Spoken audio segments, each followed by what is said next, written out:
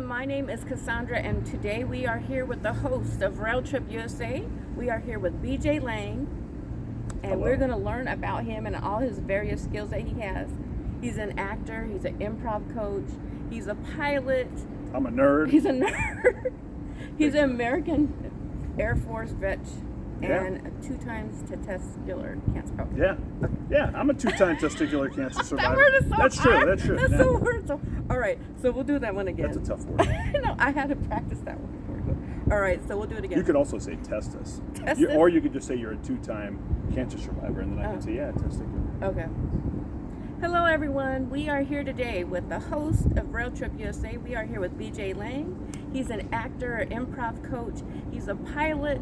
He's an American Air Force. American Air Forces, yeah. But we were a force in America, especially during World War II. We were a big force. And he's a 2-time cancer survivor. It's true. 2-time testis cancer. Okay. Well, welcome in. Thank you. Thank Thanks you for for having being me. here. So we got a lot of questions for you. Sure. We want to know, why did you decide to become a host?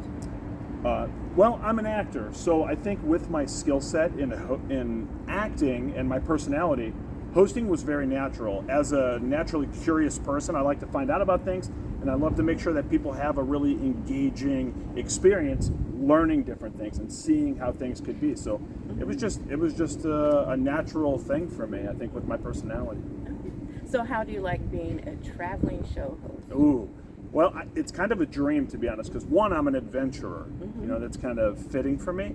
And to be able to share that journey with people, it's perfect. I get to experience things and hopefully educate folks and let them see what it would be like if they did it for themselves. Okay, great. I think that's super exciting opportunity. Totally. Is there a specific location that you want to travel to on the Amtrak? Ooh. Oh, man, it's a tough one.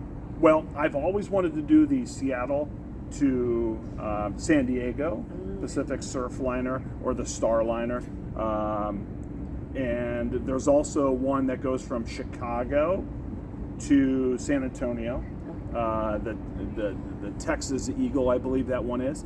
And if I have the money and the time, hashtag Patreon, then I would like to go to Canada, and there's the Canadian rail that goes across the entire top of Canada, which it's like a luxury kind of experience, but it's next on my list. I think that'd be a beautiful adventure. There's a lot Totally. of snow there right now. Yeah. Is there what inspired you to become a pilot? I became a pilot because I love the science of flying. I love the art behind it. I also love the community around aviation in general. Now, I'm a general aviation pilot. I'm a single engine land pilot, so I can't fly for money. I just fly for fun. And I think just that whole adventure aspect is really what got me involved. I was a young child in St. Louis, and my dad would take me to the airport and we would watch airplanes take off. Oh. So it's just a matter of time before I was like, I need to become a private pilot. That's such a sweet memory. Yeah. So, was it difficult becoming a pilot? Did it take a long time? I started when I was 26 to become a private pilot and took flying lessons. I wouldn't say it's hard. There could be some challenging things as far as different topics that you got to learn and kind of remember. It was really just a matter of time and money, which are very expensive, depending on how busy you are in your life. That's the most challenging thing. Aviation is a very expensive hobby. Yeah, that's what I was looking into.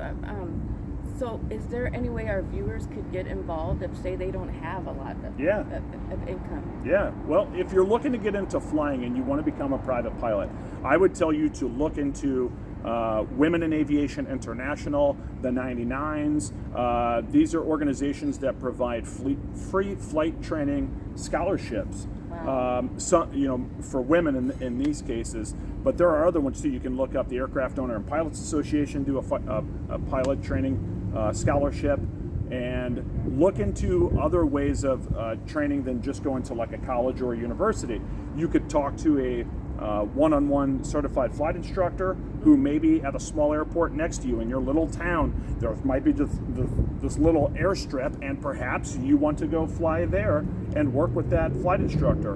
A lot of places that have flight training on airports will also do block rates. So if you pay up front for a certain amount of hours, then you're saving money on the back end. Maybe they'll discount your fuel or something like that. So there's lots of ways to do it. And last but not least, do look up your local community college. Even if you're not in a degree program, I bet you they probably have a professional pilot program, especially if you're going to go down the professional route to become a pilot. Maybe you want to become an airline pilot or something like that, or just a flight instructor, or you want to fly cargo, whatever. If you go down that path, then you probably want to take college classes anyways. If they have a flight training program, the school is probably a nonprofit. For instance, here in Southern California, Glendale Community College is the cheapest place to learn how to fly in LA because the school's a nonprofit. They're not making money on you flying. And you don't have to be in a degree program. You could just take classes to learn how to fly because it's fun. Oh, that's wonderful to know. Yeah. Yeah, I'm glad that you shared that with us because I think there's a lot of people that are really interested in becoming pilots, but that's one of the hardships that they face. It's like, how are we going to pay for this? That's true. I mean, maybe pick a hobby that's not so expensive. Oh. Aviation is very expensive. Okay. Yeah, my stepdad said it's easier to do a boat than fly a plane. That's what he told me. It's true. It's true. So do you have any animal friends? I do. I have a cat. I'm a cat guy. Typical cat dad. So I have a 11-year-old ragdoll Siamese, and he has been known to fly with me. We fly commercially quite a bit. He flies with me at least once a year, sometimes twice a year. I have never seen a flying cat. Really? No. Oh man, it's amazing. The people love talking to him in the airports and whenever I travel with him. You could follow his Instagram at HalenCatOfficial. That's so cute. The cat has more Instagram followers than I do. bet he does. Well, he's handsome. Oh, More handsome than his father. that's hard to do. That's it. See? The lady killers traveling together. That's right. What skill or advice has really helped your acting career? I think if someone's going to get into acting or even hosting, I would say take an improv class. And not just a class like one workshop. I mean complete a whole program, because that's going to help you not only as a human being, but that skill set will help you as an actor and certainly as a host to become off of the cuff, to become more comfortable. Your listening gets better, thinking outside the box, getting comfortable with the uncomfortable. Improv, hands down, is probably my biggest, secret weapon in life. Okay. How long does that usually take to take the entire program? Most improv schools, like traditional improv training centers, are about a year to go through a whole program. Yeah. Okay, great. Okay, so I understand that you've also, we know that you survived cancer. Twice, yeah. Twice. What made a big difference in helping you overcome this? I think my personality helped me get through a lot of my hardships and adversity with cancer. One, in terms of having an improv community, having my artist community, but being able to use comedy and levity to get through these hard times, and now to use it as an advocacy piece where I use my comedy to help educate people about testis cancer. Oh, I love that. Because, that's such a difficult subject for many people, and it's, a lot of times, a lot of people are like depressed and they don't have any outlets. So I think that's a fabulous way to like network and learn about it and support each other. Cassandra, there's no secret about the arts help heal. Now the question is, how do you take whatever that art is and put it out there to help people? So in my case, performing arts, comedy in and of itself, just laughter and the beauty and the psychology behind laughter and like what that can do for you, but using the topics within that comedy to help yourself heal. It's amazing. It's amazing. Yeah, my grandma always used to say laughter is the best medicine. Your grandma was a smart lady. She knows. All right, let me pull up the next one. It kind of booted me out. All right. Let's see here. We can always edit that. I'll even give you a pickup on that one. Okay. Let's see here. Gmail. Open this one.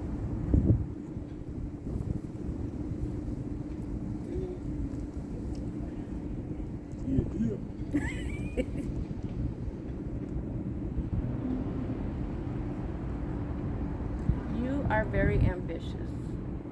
So, is that something that you learned from your family, or are you just on your own doing this?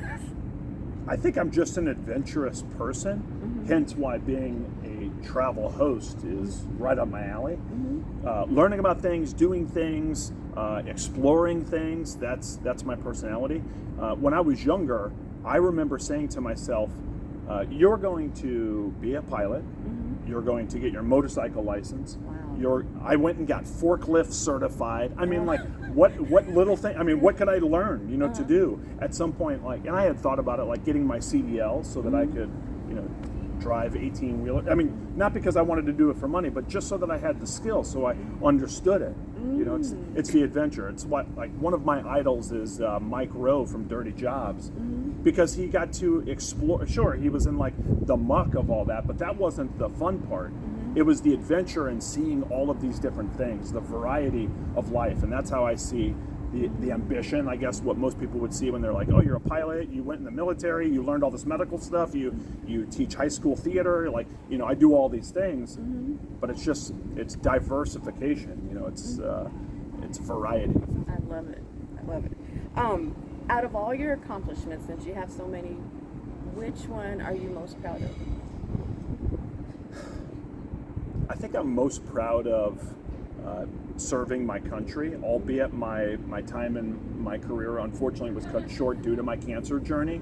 I was still very proud to do what little bit that I did and everything that I learned and the people that I served with, and the opportunity to step up and be of service to my community, state, and nation. I love that. Yeah, not too many people can say they do that, or even been to the places you've been. It's true. Less than 0.5% of the American population have served in the armed forces. Less than 0.5%. That is really small amount. Yeah. And every time I talk to a veteran or someone in the military, it's like amazing all the different places they've seen, all the different things they've done, all the people they met. So sure. I mean, on one hand, you're learning skills, in the military, whatever your job is, but you're also learning life skills, especially when you're younger and you enlist. I mean, people, often will talk down on military service. It really depends on what that person wants to do with their life. Like in my case, I was serving part-time. I already had a full-time acting career and, had moved to Hollywood and was pursuing that. And then I joined the military part-time. So 1 week in a month, 2 weeks a year, I went to do my duty. Of course, I got put on active orders, but that's another opportunity for people to maybe spin another plate. I always wanted to serve, so why not do it and learn some new things? I love it. That's great. We thank you so much for all your dedication. Yeah, you bet. And service to this country. Okay, sorry. Back there. I wish I could still be serving, but you are serving in many different ways. And it's funny that you mention that, because that's how I see hosting a show. I see that the same way, like, and as an actor too in a scene, but I'm being of service in that moment to bring something to somebody. That's the same application. Yeah. Telling a story, educating people. Exactly. If people watch Rail Trip USA, what can they expect to see? Sure. I think if people watch Rail Trip USA, they're going to see how easy it is to use the rail system in America, and perhaps see some ways that we could improve the rail system and why we should advocate for rail usage, how simple it would be to use that as an alternative method for transportation, and the fun and the adventure in it and the excitement and the connection with people and seeing America in a different way, and perhaps internationally. Rail Trip International. Yeah, that's what we're all hoping for, right? So how did you get involved in Rail Trip USA? So I got involved with Rail Trip USA because the director, he gave me a thumbs up. He gave me a thumbs up. We would like to know, how do you use different ways to commute? Oh no, I want to know, how often do you commute on the Amtrak? In recent years, I haven't used rail as much as I used to, but let me cut back to 2015. I was taking the train, the Amtrak specifically, from LA Union Station down to Santa Ana in Orange County when I was teaching high school theater twice a week. Then I would take the Red Line, the subway system here in Los Angeles, the LA Metro, from my house to Union Station. And then often taking the buses from the train station to the school if I didn't feel like walking. So I was trying to do it as much as I possibly could. And many times, if you watch the pilot episode of Rail Trip USA, you see us taking the train from LA Union Station up to Santa Barbara. And I have done that one countless times. Since I moved here, I always knew I was going to do that. So it was kind of a no-brainer, simple, easy one. My first time on a Amtrak train, I was like 3. I still have memories of it. My mom still talks about that and how excited I was. And then as an adult, before I moved out of my home state of Missouri, I took the Amtrak from Kirkwood, Missouri to Herman, Missouri for my Midwest friends. It's a great, easy hour and a half Amtrak train ride on the Missouri River Eagle. And it's right alongside the river. It's beautiful. And so you know, nice. it's just like going to Santa Barbara here. It's kind of that same vibe of like, it's a lot of people that get on in the city, then get off at the next place. It's more of a tourist destination. Everybody goes there for the wineries. You know, you eat snacks on the way and you use the free Wi-Fi I'm on the jealous. train. Yeah, it's great. I'm ready to go now. Yeah. This sounds so fun. Well, think about this too. There's so many places in America that are accessible by Amtrak, and you know, why are we not pushing that even more? Now, listen, I'm going to be completely upfront. You know, we at Rail Trip USA know that there are ways that we can improve the rail system. You know, it would be nice to have more rail accessibility, much like Europe. That would be amazing. But of the ones that we have, so few people in America have actually gotten on an Amtrak, much less maybe their light rail train system or their subway or whatever in their town. So look into it. See the other adventure that's out there waiting for you. Yeah, I had no idea about that opportunity. I'm glad you shared that with us. So why should people watch this show? I think people should watch Rail Trip USA because they're going to connect with cool people. You know, the people that you meet on the train, you're going to see all of the different possibilities. Maybe you'll learn a tip or a trick. Okay. For instance, maybe you're a veteran and you get military price tickets. Or maybe when you're on the train, you go, oh my gosh, I didn't know that there was a cafe car. I didn't know that I can talk to the attendant and see if perhaps on their next announcement they can make a birthday call for my friend who we're going to celebrate, which I've been known to do. Yeah, that's so fun. So, I mean, it's and little... I like discounts too. Sure.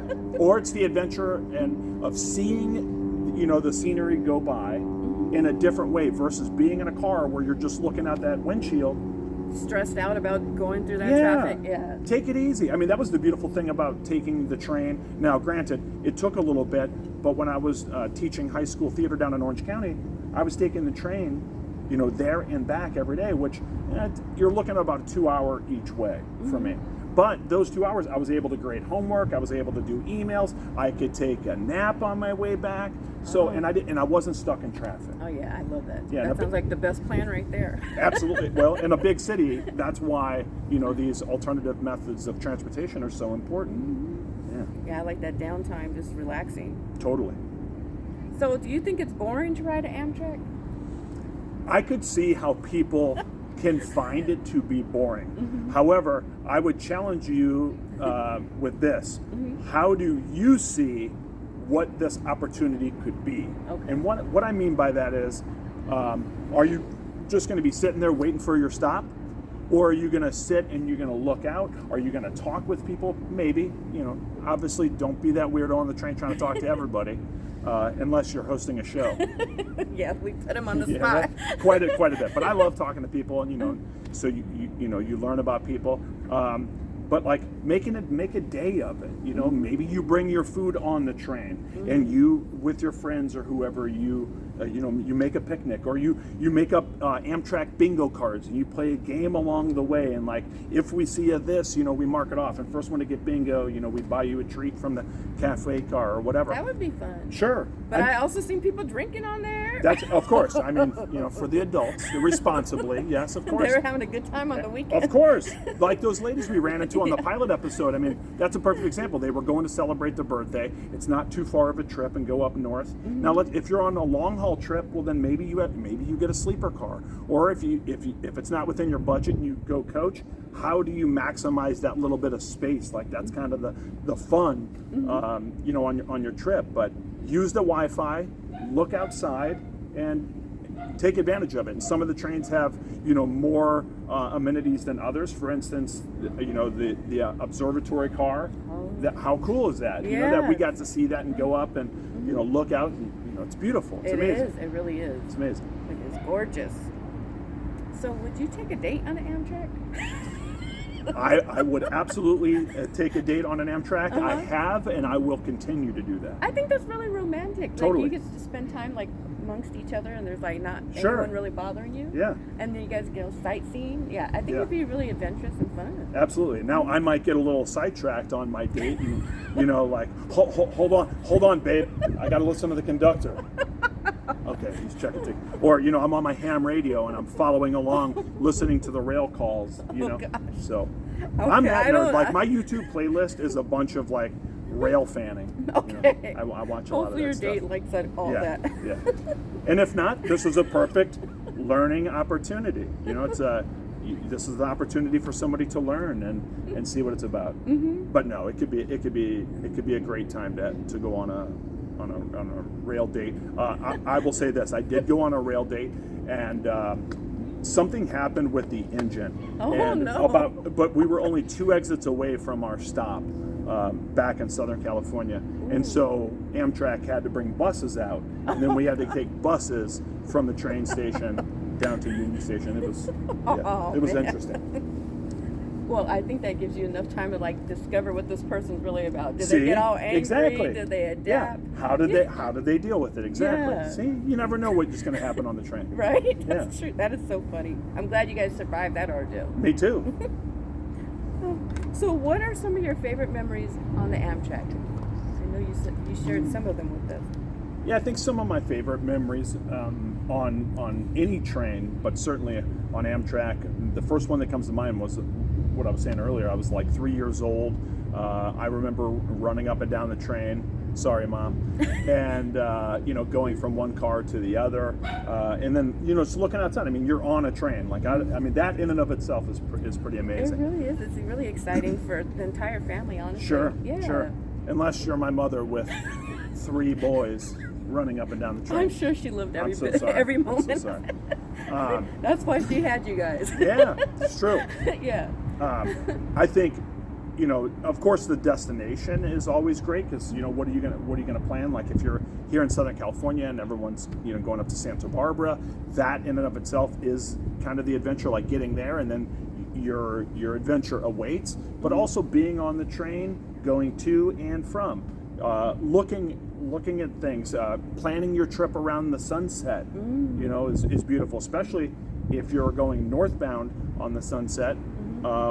Or southbound, depending on which side of the train you sit on, so that you can look out over the ocean. I mean, I love it's the ocean. so know your route. Just like I was saying back in Missouri, sitting there and looking along the river as you're going to Herman, Missouri from Kirkwood, Missouri, it's beautiful. And Yeah. if you're there in the spring, you could see bald eagles. So Oh my gosh, see, that would be so phenomenal. It's all things to look at. And I'm from Phoenix, Arizona, so we really appreciate seeing the river or the ocean. Sure. That's like amazing. You guys just appreciate water. I know, that's You're so like, true. look, a cactus.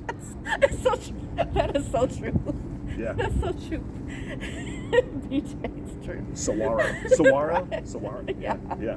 Well, BJ, we have had such a great time having you here with us. We love listening to you and all your adventures, and we're just super excited to grow with you and your channel and your show. Thank you. We appreciate everything that you do. You're just an amazing person, and we thank you for all the service that you've done for the country and for your students and everyone else that comes in contact with you. You're just a great person to know. We love your spirit, and we want to see more of you. Where can viewers go to learn more about you? You can go to bjlang.com. That will get you connected with all of my socials and follow along with all the shows and classes and shenanigans that I'm up to. bjlane.com or at bjcomedy for my socials. Thank you from everyone at Rail Trip USA for watching this episode. Thank you, Cassandra. All right. Appreciate you. Thank you. Anytime. It's been a blast.